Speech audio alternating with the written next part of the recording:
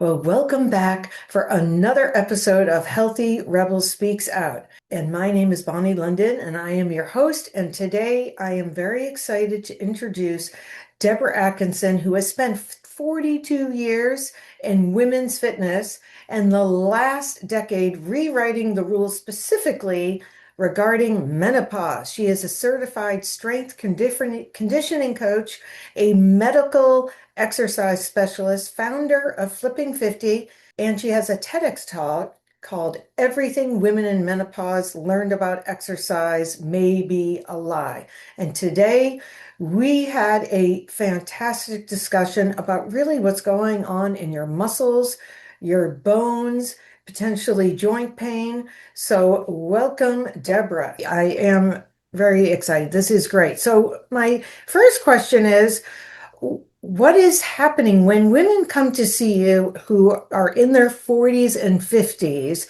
and they're confused about what's going on with their bodies and how it has changed? What is the first thing that you will tell them is happening physiologically?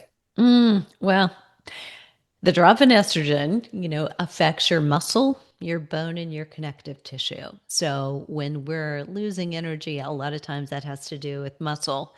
First and foremost, the bone density thing is happening, but we can't necessarily feel it.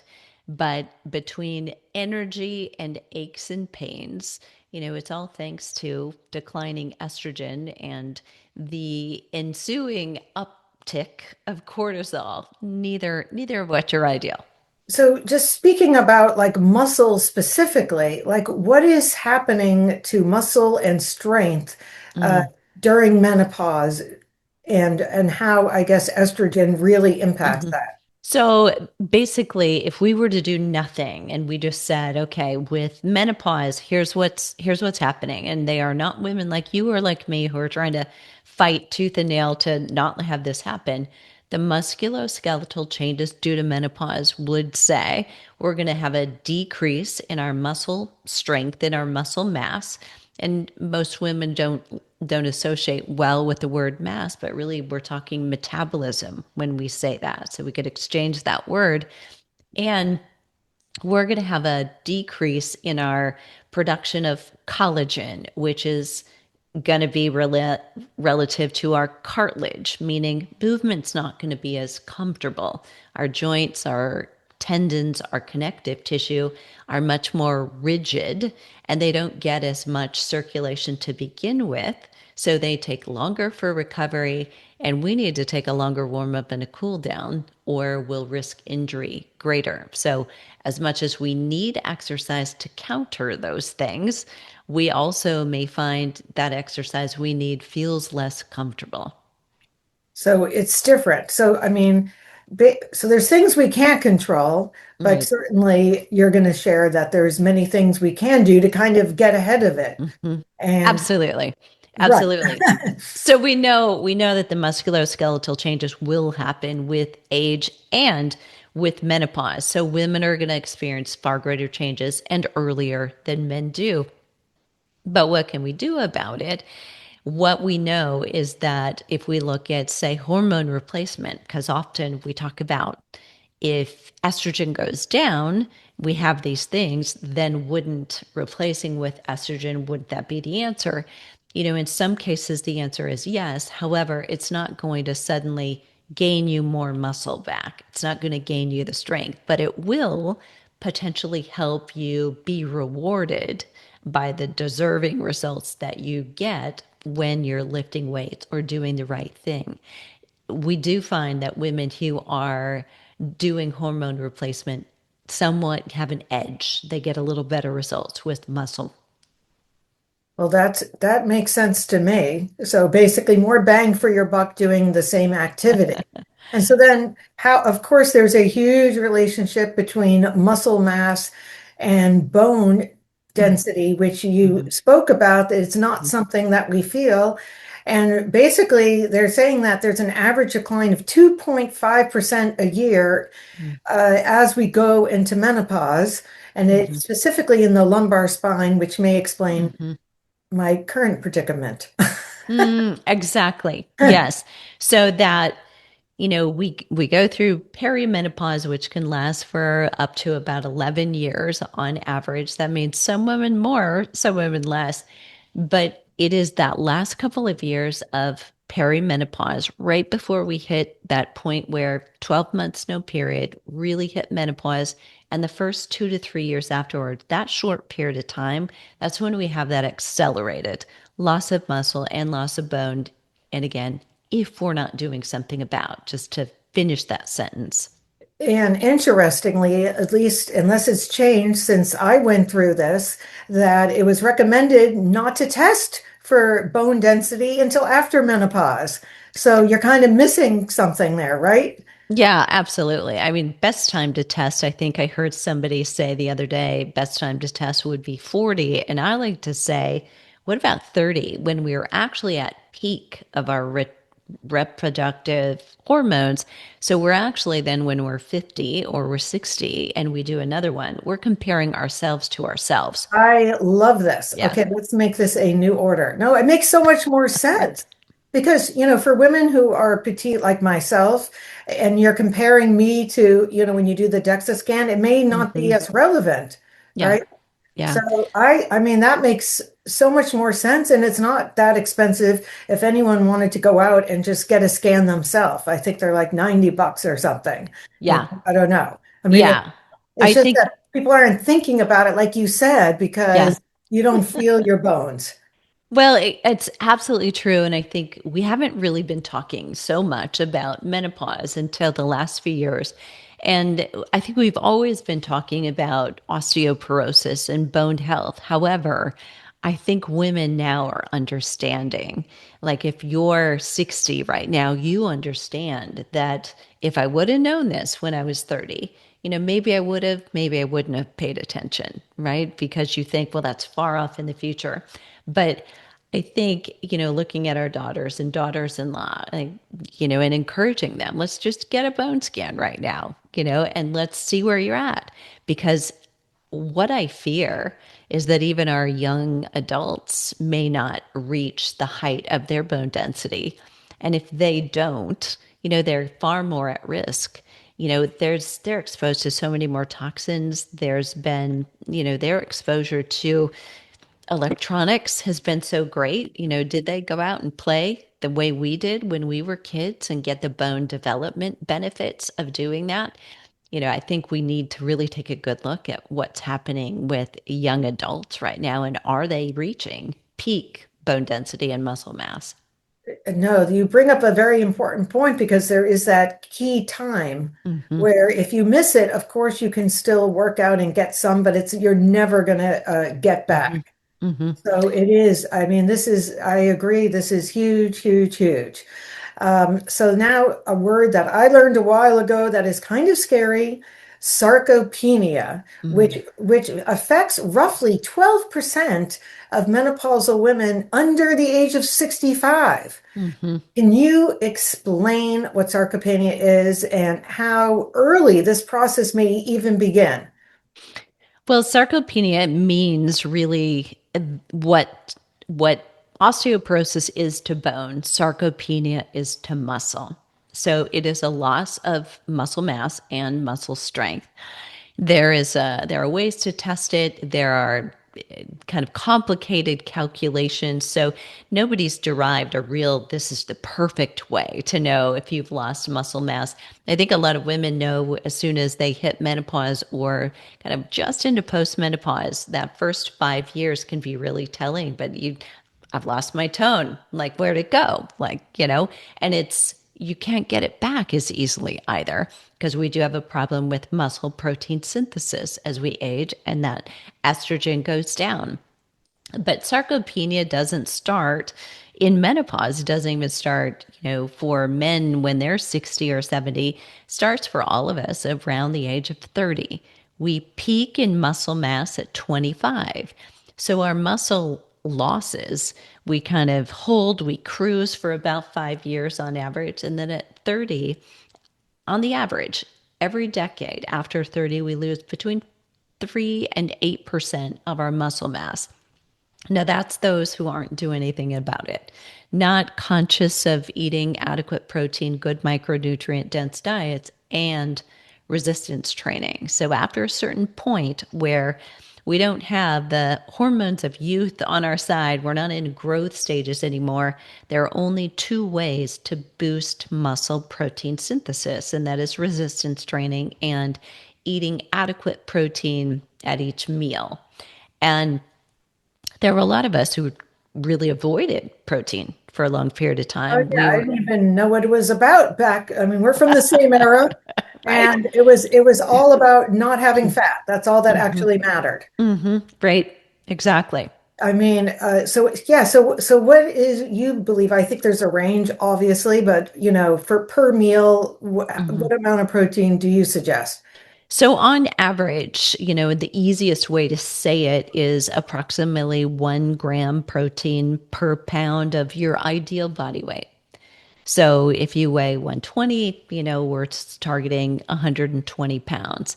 There are others who would say, "Oh my gosh, my eyeballs just popped out of my head. I'm not coming anywhere close to that." And that's Yes, true. Most aren't. The average is somewhere between about 40 and 60 grams it's per day, right? oh So yeah, it's hard. we want to hit 30 grams per meal, 30 when you're younger. So if you're a woman between 40 and 50, but if you're postmenopausal, we actually want to bump that up closer to 35 or 40 grams per meal.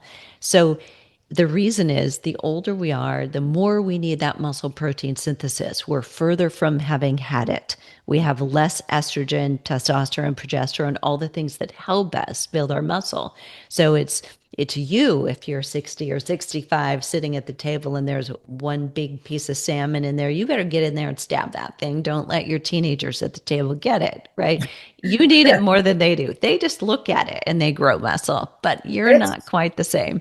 This is the biggest sticking point I also have, with people that come and see me. It's like, I can't eat that much. And then they say they're so Yeah. full, but they Hmm. always lose fat and gain muscle. I'm going to tell you that that is the end game of this. And Right. I think we're not used to it. We're used to trying, I think as women, calories in, calories out, and restricting. Yes. Yeah. And that's probably one of the worst possible things that you can do and do both. So we're going to exercise more, even if you are resistance training. And that is part of that exercise, which is good. Go you. We want you to do that. But then if you're doing that, you're putting demands on your body. And if you are putting the brakes on your food, you have a foot on the accelerator and a foot on the brake. We burn out engines in a car if we do that, right? So your body is not going to look at that very favorable. We're going to increase the stress load if we do both those things at the same time. And that's pretty much what most people are doing. I mean, let's Right. face it, people get into menopause, they gain a little midsection, and they're Hmm. like, I know exactly what to do. I'm going to eat less and exercise more. Exactly. Right. That old dogma is going to come back to bite you in a way that it never did. And you've heard this probably as many times as I have, but it's, what I used to do doesn't work for me anymore. And, truth. It's a moment of truth. But I'd like to say what we used to do, we actually got away with. I'm not so sure it didn't do damage, and the body keeps the receipts and it's kind of coming for you to pay back that debt. So you Sure. got away with it when you were 20 or 30 because naturally your hormones were higher and elevated and you didn't notice any real change in body mass or composition. But we don't have that forgiveness anymore now that we've got a declined level of hormones and we're also older. So all tissues that are 60 versus 30 are not as resilient. So it's going to take more for recovery, which means more fuel, better quality hydration, better quality sleep, more protein, but also we need the stimulus through the exercise, but we need the time in between and the sleep and the food to fuel it to build back up. I mean, and sure, I would add to that the quality of the protein, because I think Yeah. that's a big discussion with people with different diets, and you could get Hmm. away with a what we call like an incomplete protein when you're 20, Mm-hmm. right? That may not have all the amino acids in the perfect Mm-hmm. ratio to trigger, but guess what, right? When you get to Mm-hmm. be this age, all bets are off. Yeah, well, absolutely. And I think for those who, when you talk incomplete, a lot of times I think we're talking, about something that's trying to go vegetarian or do it all with plant-based. And there's a lot of great things that are derived from plant-based proteins. But the other part of the challenge is we have to eat so many more calories, and most of them coming from carbohydrate if we take it all in from plant-based diets. So Yep. the amount of calories you consume would be less if you were taking in a high protein diet from plant or from animal versus plant. So just looking at from sheer volume, there's almost no way we could do it and get in the same amount of protein. Yeah. So then you're eating a lot more carbohydrates, Yes. which also I'd like you to speak to our ability to tolerate these carbohydrates as we age also Mm-hmm. changes dramatically Mm-hmm. in relation to what's happened now with our muscle. Absolutely. So that insulin resistance is so key for everybody. And you mentioned it earlier, the belly fat, the deposit of that little fat around the belly. And problem. It's not a vanity problem. It's actually a major health problem. Visceral belly fat is really a complication of becoming insulin resistant because our body no longer manages our blood sugar as well for us. It tends to go higher. We release more insulin. We're in more of a fat storage place far more often. And when we're a little bit more stressed, as we are generally in midlife and beyond, and simply because estrogen went down, cortisol went up. Cortisol and insulin together tend to team up, deposit more belly fat. So it's like we've got all these double whammies working against us, and we need to pay attention and say, okay, truth. What I used to do doesn't work anymore. It won't again. So there's nothing you're doing wrong. It's just you're getting data back that I need to change what it is that I'm doing. And back to the muscle. We're back to, we can't afford to lose that muscle. That real estate actually helps us with the belly fat by helping to regulate blood sugar levels. The muscle acts like a sponge for blood sugar. And so the more you create the muscle and the more you move that muscle. So all day and every day, just little activity, moving, walking, and not only quote unquote working out alone. Oh, yes. And I loved what you talked about with belly fat because I think people are like, I want to get rid of this, but instead looking at through a different lens and saying, this is a symptom of some bigger picture of Mm-hmm. what's going on in my body. I Mm-hmm. mean, is this what you find when people come and see you and Mm-hmm. they complain about this one thing and they realize, wow, there's Yeah. so much more to the story, right? Yeah, so much more. And, I think a lot of times those people who do come with belly fat issues also have come and said, my labs are not as good, my A1C, my CRP, not as good. It's always been fine. And now all of a sudden, or my cholesterol's gone up. A lot of those changes are somewhat just common denominators in menopause. But if you are watching what you eat, you're exercising correctly, they're not mandatory. Right. So now just to switch it a little bit, just back to what you talked about earlier, a little bit about the pain, because I think Mm, people need to know that hmm like it's not just them. hmm And uh, I'm going to read this big word, musculoskeletal syndrome of menopause. Yes. The Okay, tell us, musculoskeletal syndrome of menopause. It's a tell bigger us word. about it. It's a big word. I'm sorry. No, it's fantastic. But we have Dr. Vonda Wright to thank for that term. So you can Okay. you can thank her. But that term as of July of 2024 came out, and it's called a syndrome, the musculoskeletal syndrome of menopause. And really it means, quote unquote, you are not alone, that it's literally a cluster of things, that you don't have to have them all, but aches and pains are far more common. A decrease in cartilage and collagen, and many women tend to see it around our crow's feet and our mouth, our cigarette lines around our mouth first, but it's also happening around our knees, probably contributing to early signs or feels of arthritis for a lot of people. Never maybe having been bothered by that, not necessarily having any structural issue going on. You might go to the doctor and say, this hurts or this doesn't feel good. But 40% of women who do that present and there's nothing structurally wrong. So you leave dissatisfied, didn't really get an answer until this study came out. It was shown that this is all associated in every case with a decrease in estrogen that occurs in menopause. So it doesn't mean that you and I and every woman listening are going to have every one of those symptoms. Sure. But we do know that there is a decline tendency of muscle, there's a decline in bone, the cartilage, the connective tissue, the meaning we now have more aches and pains. It's not comfortable to move.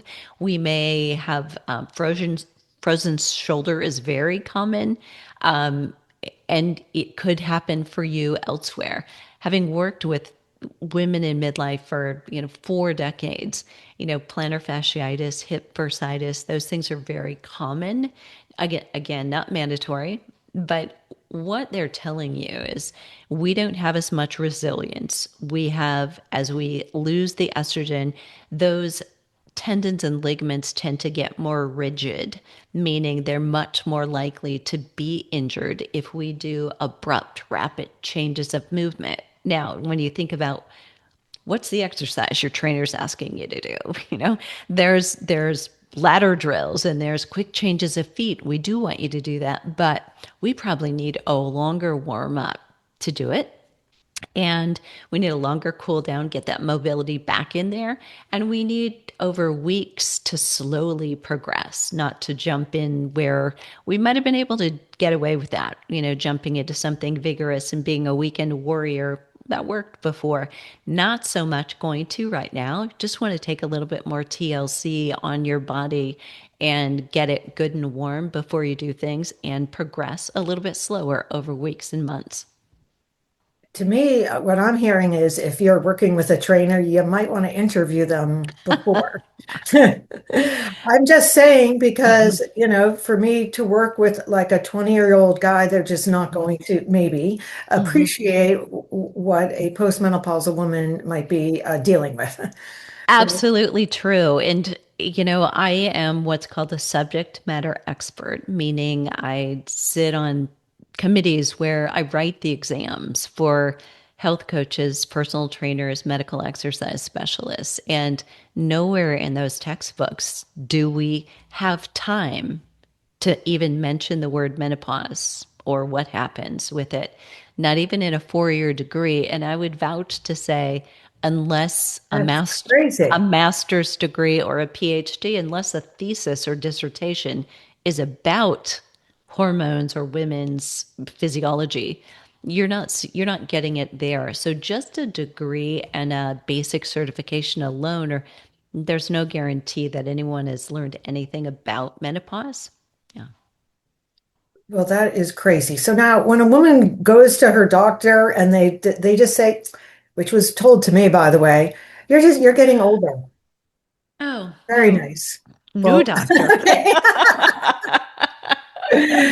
I'm just saying, like that's Yeah. an answer. Is that an answer? Because I don't Well, think that is. unfortunately, it's an answer that a lot of women get or did. I'd like to think now that we're all talking about it out loud and Oprah hosts panels and Drew Barrymore has hot flashes on TV that we're Oh talking God. about it a little bit more and doctors can't get away with that. But to the point, even OBGYNs, the person we would think most logically would know something about your hormonal changes on the other end, Yeah. not just puberty and pregnancy, but also menopause, they didn't get anything in medical school about menopause either. I know that, which is why I left my gynecologist because I wanted someone who knew something, even if, Hmm. it's crazy. Well, thank God, this is turning around now, Hmm. for sure. Uh, Yeah, so I would like to talk more specifically about exercise because, again, you and I and everyone else who's listening who's postmenopause and growing up in the 80s, and I mean, I myself, admittingly, 3 hours a day in my 20s. Oh my goodness. Three, Wow. 3 hours a day Hmm. until I got educated, Hmm. but the idea was calories in, calories out, Hmm. and it was just very, very simple. But obviously, what happens when people try to amp up all of the cardio past menopause? Mm. A lot more stress, and your stress response is basically amplified. So the body's natural tendency is when that estrogen comes down, the cortisol goes up. So just you have an argument, you're going to give a speech, you're going to do a workout, or you're dieting. That is a stress response, but you're not going to have the same one you had 10 years ago. You're going to have a bigger stress response. And in midlife, we also happen to be getting dinged from, young adult kids, from grandkids, from aging parents that we might need to be caregivers for. We've got a lot of things going on in midlife. And so you're getting stressors from all areas of your life. And unfortunately, your body doesn't know the difference. Is that an exercise stressor? Is that a diet stressor? It actually goes in the same pot. And so it's just kind of all stirred up together, and your body has to deal with that. And when your body is in stress mode, it's going to store fat. It's always going to preserve and take good care of you because it feels like it's under siege. And if you're just dieting on purpose, it doesn't know that you're not starving. And so all the responses to the things that you're proactively trying to do could not just not work, but actually get you the opposite of desired effects. I'm sure, Bonnie, you've had this happen with clients before. They're doing the one thing they think will help, and they're actually gaining weight and can't understand that. It Mhm. happens all the time. Oh, yes. Sometimes the body just needs to be nurtured as opposed to starved. And, I like to tease my clients, if you've been in a caloric deficit since 1985, we're gonna need to bring that up a little bit. We can't go down anymore. Yes, I think it was like the worst thing that happened to us was the calories, that Yeah. scale, Hmm. counting calories. Hmm. And so I think I know the answer to this, but I still want to hear you talk about women and lifting heavy for relative to for themselves. That's safe, Hmm. obviously, and hit training, Hmm. high Yeah. intensity interval training. Yeah. Love those two. And just in the effort to not turn anybody off who's not lifting yet. Every level of weight intensity works. Lightweight works, and medium works, and heavy work. Here's why we think heavy, or getting to the point of heavier that you can, heaviest that you can safely lift, is going to have a greater impression. Is number one, it probably creates a little bit more response in the muscle, but it definitely helps bone a little bit more. But here's what we do know, that if you start light and or medium and you're getting to what we call close to muscle fatigue, that's not total exhaustion. You don't have to be in the middle of a repetition and just say, I'm going to drop this. I can't lift it anymore. But you feel like I've only got a few left, and then I know I would be done. I can't do anymore. You get close to that. When you're a beginner, you don't even have to, you have 5 or 6 left. That's close enough. We call it reps in reserve, or RIR. You can get 5 or 6 to that point of being at the end, and you'll make progress. If you're experienced like Bonnie, you have to probably get within 1 to 2 repetitions of being done. Like, I only have a couple good ones left and I can feel that. That's close. that will have overloaded your muscle enough. You've done something outside of your daily norm. Your body then, between exercise sessions, provided you rest and you sleep, will super compensate to get stronger. So that's how over time you start with a 5 pound weight. Now you're at a 15 pound weight and you slowly climbed over weeks. Little by little, your body will super compensate. You get stronger, those muscles repair. So we know that starting with a light weight, as long as you reach that temporary muscle fatigue or close to it, and then progress to moderate up to about 48 weeks, that's almost a year, you will still increase bone density. And there may be a plateau that you'll reach at that point if you can't go heavier. You may need to go a little heavier. That moderate weight is, by the way, around 15 repetitions. So it's not too heavy. We call heavy when we're talking weights, not by pounds. I haven't said, necessarily this is 25 is heavy or not heavy, but it's you, it's me.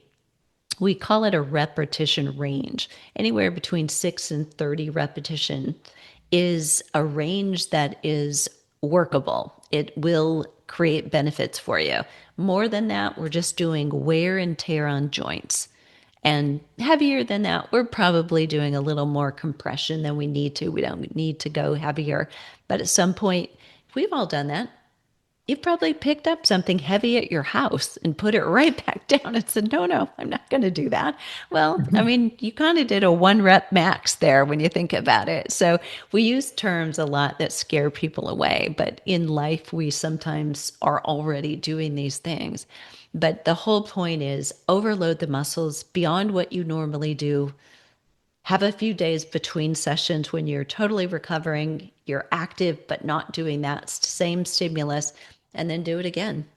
And we know that all repetition ranges and weight loads actually gain muscle strength and muscle mass. There's probably some very specifics. If you want pure strength, ultimately you've got to go heavier. So few repetitions and heavier weight is really what we need. You bring up something interesting again, going back to, I think I always like to refer to Jane Fonda and leg lifts in 1985, okay? Yep. But for women, back then it was like all about getting toned. And the Hmm. irony is, and I'd like your opinion on this, Hmm. is that actually the Hmm. volume of exercises, that's actually what builds the bulk. I mean, if you look at Hmm. like speed skaters, just as an obvious example of how big they are. So Hmm. for anyone who is concerned with that they're going to get bulky, that I mean, I think we can put that fear down, right? What do you think Right. about that? But I feel like Absolutely. everything is like the opposite of how, we've Yeah. been brainwashed kind of, right, over the decades that Absolutely. because I think women were afraid. Well, I don't want to lift heavy because I don't want to get bulky. Yeah. Well, and I think when we were back there with Jane Fonda and doing all the things, that was like the beginning of low fat craze, right? And so we didn't restrict ourselves so much because it was low fat, because we just could have more, and that kind of more carbohydrates, right? And Yes. and then maybe we did test our weight training at that point. You might have gained some bulk, but it was probably the carbs and not the weight training that did that. Yeah. And when you're truly reaching muscle fatigue, you're far less likely to gain any bulk when you've hit menopause, because we've declined in the estrogen, the testosterone that actually will help you gain bulk. So you're going to have to work really hard if you want to be bulky. Right. Well, and then I'd like you to speak to, you were mentioning before we started recording about the changes and the recommendations. Hmm. Yeah, so the American College of Sports Medicine, that's ACSM, they write the Bible that I read as a trainer and medical exercise specialist. So all exercise professionals and physicians really lean into what does ACSM say about recommendations for adults to exercise. So they just recently rewrote their position statement as we're doing this just a couple of weeks ago on resistance training for healthy adults. So when they do that, they're looking at healthy adults, both men and women, from 18 to around 60. So we get into a place where 65 and older is kind of older adults, and there may be some special cases there.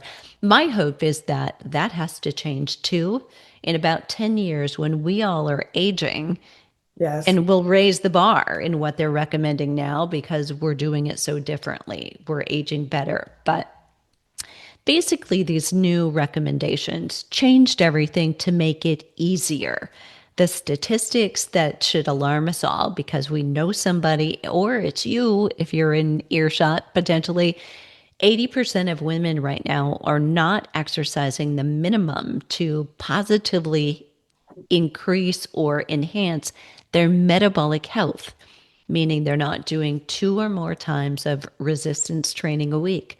We talked about muscle being so supportive of blood sugar regulation, your insulin regulation, and all of that lends to disease, not just diabetes, but heart disease, cancers, Alzheimer's disease. So we want to get more people active. So I truly believe that was the impetus behind this change and the committee coming together. So it kind of went from the recommendation in the old was 2 to 3 times a week you should be doing resistance training. The new ones just simplified and said two or more. Two is good. Two is fine. And then what is your opinion Hmm. on, to me, it was always time under tension. So like, in other words, even Yeah. if I spend this long and I do Hmm. like myself once a week and Hmm. then we do arms twice a week is kind Hmm. of, but I don't know. Time under tension was not that important. They didn't really care. And so Okay. when I think time under tension, I think about that is how long does a repetition take? So I lift and I lower. Traditionally, it was 1 to 2 seconds to lift, 3 to 4 to lower. Most of us don't do that. We go faster. We're in a hurry. We think we're going slow, but we're really not going slow. But really, if I have somebody who's saying, my joints hurt when I go heavy, I might say, we're going to count 4 seconds to lift it. We're going to hold it 2 times at the end, and we're going to lower it, counting 4 seconds to lower it down. We're going to hold it at the other end for 2. Now that repetition doesn't take 6 seconds on average. That repetition takes 10 seconds on average. That's time under tension. And it's a good trick to know, and it might be beneficial for you, but they were like, we don't really care. Doesn't really matter all that much. Like, Or maybe it's whatever like you speed. said, it was too Yeah. complicated, Yeah. but I think it's fantastic, like you said. I mean, because people can do a lower weight and get a better response if they're not able Hmm. to do that. Hmm. So I think Absolutely. that is huge. That still are, again, simpler. We used to get all wrapped up and upset about how much rest do you have between sets. It doesn't really matter. So we're not going to get all upset about it. So the way they did this is it was like a meta analysis of many, many studies that looked at in a really huge, like 37,000 subjects involved in all of these studies. So we're talking, this is some really great data to prove that just twice a week works. Don't worry so much about how long each repetition is. I mean, we want you to be under control. Don't swing the weights around. But, you know, Do it. don't worry about the rest. That was the big point. Just do it. Just get started. Okay, Yeah. now I've retrieved my important question. Sorry. My important question is, of course, we all come across people. Well, I just don't like exercising. Like I feel like there's people they just, it just hasn't been on their list. They know they should do Mm. it. So what do you say to those people? I mean, obviously, if they're reaching out Mhm. to you, they know they got to do something about this. Mhm. I think I'd answer with a series of questions right now at this point, and they would be, how satisfied are you with your energy, with your sleep, with your mood, with your libido? That you're able to be there for the people that you love in your life. And, how much do you fear maybe that you'll be dependent on someone later in your life? How do you feel about that? I think most of us would choose energy versus fatigue if we had the choice, right? We would choose that we were in a good mood, functioning on all cylinders up here, versus cloudy and, brain fog. I think all of those things, nobody is going to choose to die fatter, sicker, or sooner. We want longevity, but really we want a lifespan that's healthy. And that's really, I think, the major point with exercise. But Yeah, I you think a lot of people they don't think it's going to happen to them. Like know, they're always going to be able to get up out of that mm, chair. hmm But trust me, from working in long-term healthcare for a decade, it hmm does happen to many people. hmm I'll never hmm forget when I saw the diagnosis and I was like, what is this? Malaise and fatigue. Seriously, that was how they were entered into the long-term care facility because they were too tired to get up. But it got in my head, and also to me, it's a privilege. It's a hmm privilege to, hmm be able to move your body, hmm right? Totally agree. Yeah. So I think, part of it is also, I mean, historically, it was part of our daily life, hmm I mean, doing laundry by hand. I mean, glad we don't, but you get the idea. Right. And Yes. you know what I'm Careful. saying? Careful what you wish for. Okay. Yeah. I'm just saying now it's something that we have to. I mean, if people saw us from 100 years ago going at the gym on the stair machine, they think we're completely Right. nuts. Crazy. So how do we get ourselves to do something that is so hmm critical for our functioning that we just don't hmm maybe love it that much? Yeah. Well, I think for the majority of people, they've got to choose it. And I think that's where we've gone wrong. And I think, we've so often wanted to get them right into strength training or right into, what is going to give them the best results the fastest. And I think if we look back over the 40 years that I've been doing this, it hasn't really gotten us where we want to. So I think we have to help people choose something that brings them joy first because they may then take the next step. And I think you and I know this. We've experienced it because once you begin, feeling good feels good and you want a little more of that, and so you will keep going. We hope they become codependent, basically, right? Said out loud. We want Sure. them to try it because when you do, most people don't go back. So I mean, I guess both are important, weights and cardio. And I think traditionally women have been doing way too much cardio. But if you had a hierarchy of priorities, especially for Mhm. women as they're entering perimenopause and postmenopause, what would you say the Mhm. priorities are? I would say walking every day, it like brushing your teeth. I mean, it's like a non-negotiable because we're so sedentary otherwise now and everything is so automated. We're in front of screens instead of really moving. So I think walking every day and then next would be strength training. Oh, I do have another question on this has come up in some research I've seen recently about all the weighted vests. Mm, And, helping to offset weight loss, adaptation, mhm, osteoporosis. I mean, there's all kinds of studies out there. I don't know what your mhm, stance is on mhm. the weighted vest. hmm I think the best use of it is basically energy expenditure goes up.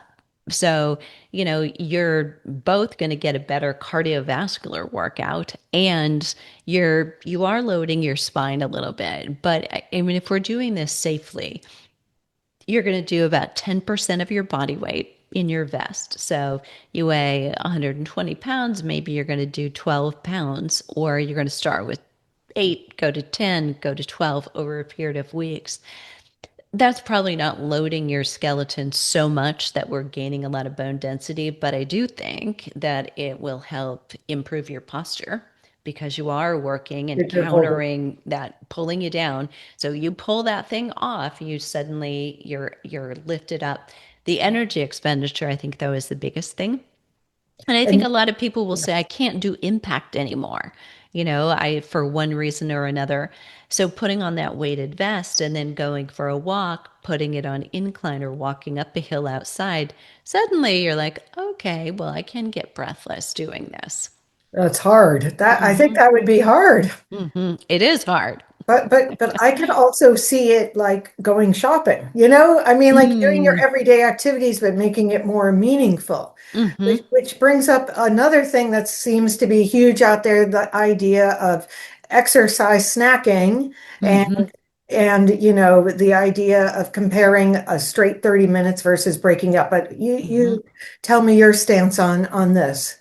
Yeah, absolutely. So exercise snacking is just breaking up time throughout the day. So halfway through the morning, you're going to do 2 to 5 minutes of movement. A couple times in the afternoon, you sprinkle in that movement. You could do 10 minutes after each meal if you want to do that. But the proof there is that, doing steps like that, if you can't get in one single walk, you can improve your blood sugar after meals by up to, 17%. You're just improving it, even though the exercise has been intermittent throughout the day. That's huge. And I think everybody who does that experiences a great benefit for their brain too. You get that circulation going in the brain and you get more oxygen up there. You come back and you're much better able to focus. So I love that intermittent snacking. We spend too much time sitting. So I would say to all those, weekend warriors and athletes who are virtuous and go to the gym, you don't have a hall pass. You should still get up frequently throughout the day and do little exercise snacks. Yeah, no, and I think it's much more palatable, right? Mm-hmm. And I Mm-hmm. mean, and then yes, I there was a recent research I saw. It was specifically immediately upon finishing the meal. So the Mm-hmm. food's still in your stomach, Mm-hmm. and that's when you go walking. Mm-hmm. Absolutely. And Couple of things there, right? You're less likely to overeat if you know you're going for a walk immediately, too. right. And when we think about like the name of the game that we've kind of been talking about throughout Mm-hmm. this entire discussion is, uh, blood sugar and keeping insulin low. And arguably, no matter what you're eating, which Mm-hmm. we haven't discussed, but except for protein, but no matter what you're eating, a meal is going to trigger a response from insulin. Yeah. And so, what better way to Mm-hmm. bring it down right then and making Mm-hmm. it part of your normal life? Mm-hmm. Absolutely. It's a great habit. It's so funny, I think, that, here we are, one of the most developed countries in the world, and everybody else does this so much better than we do.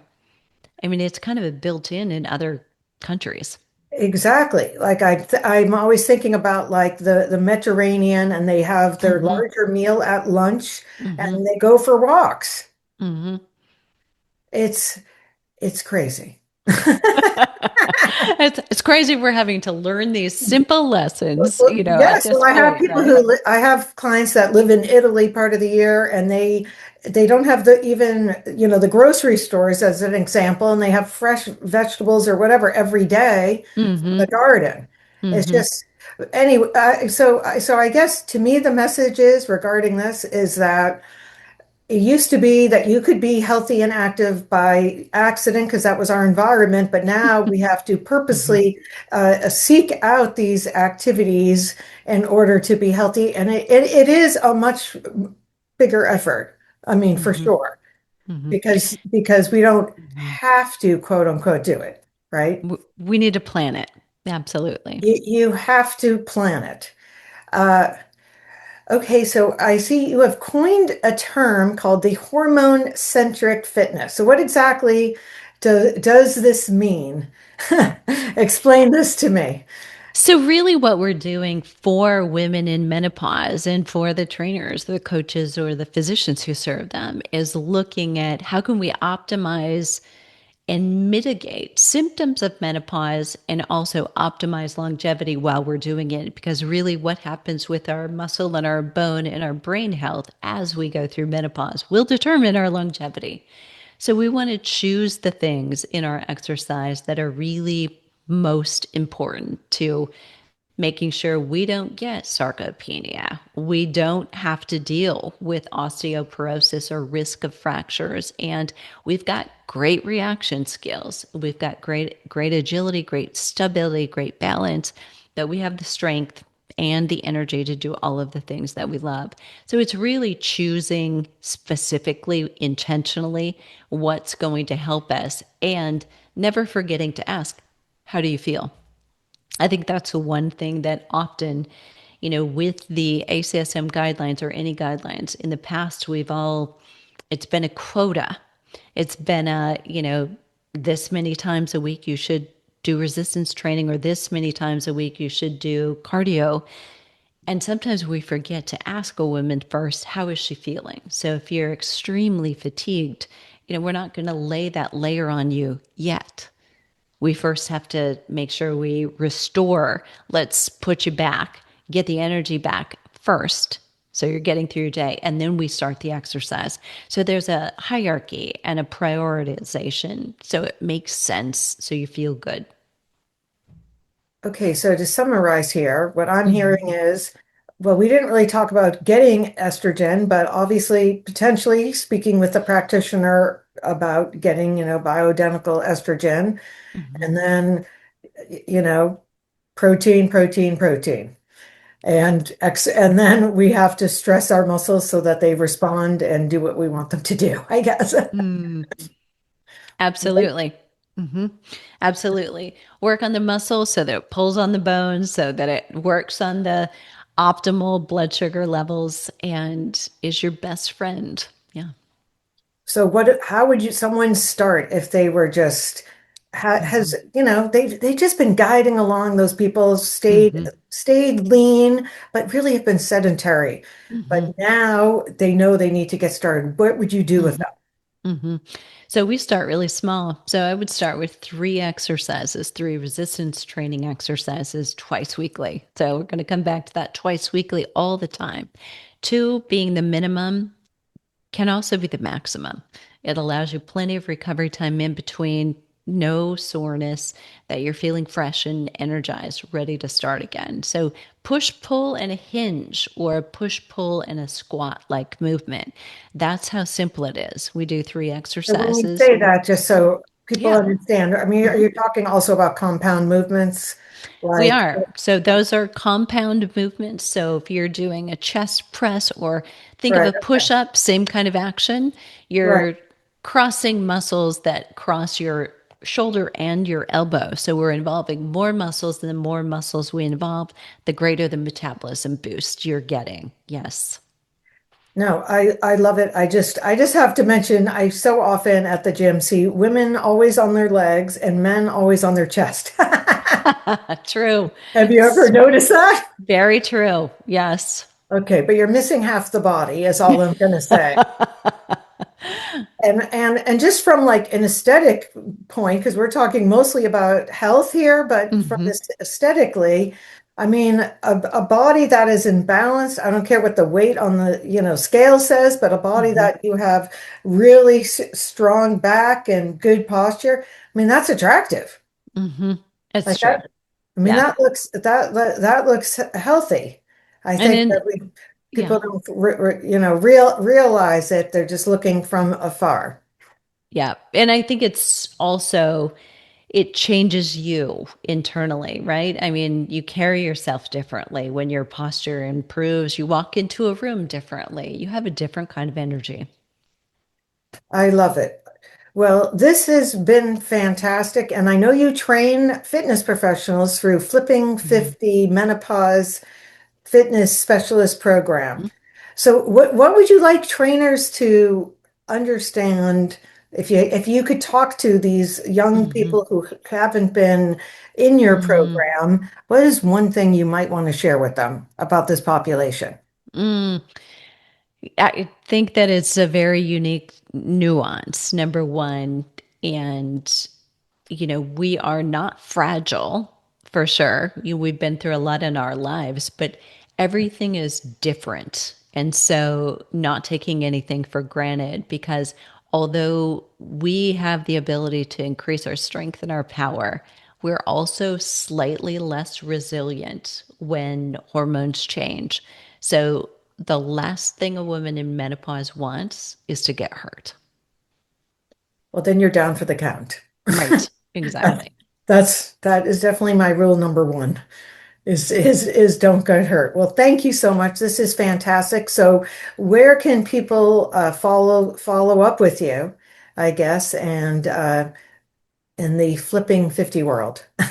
So just there, flipping50.com. That's all words spelled out. And on social, we're at flipping50TV, flipping 50 TV on YouTube, Facebook, and Instagram. I love it. Okay, fantastic. Thank you. Thank you so much. Thank you.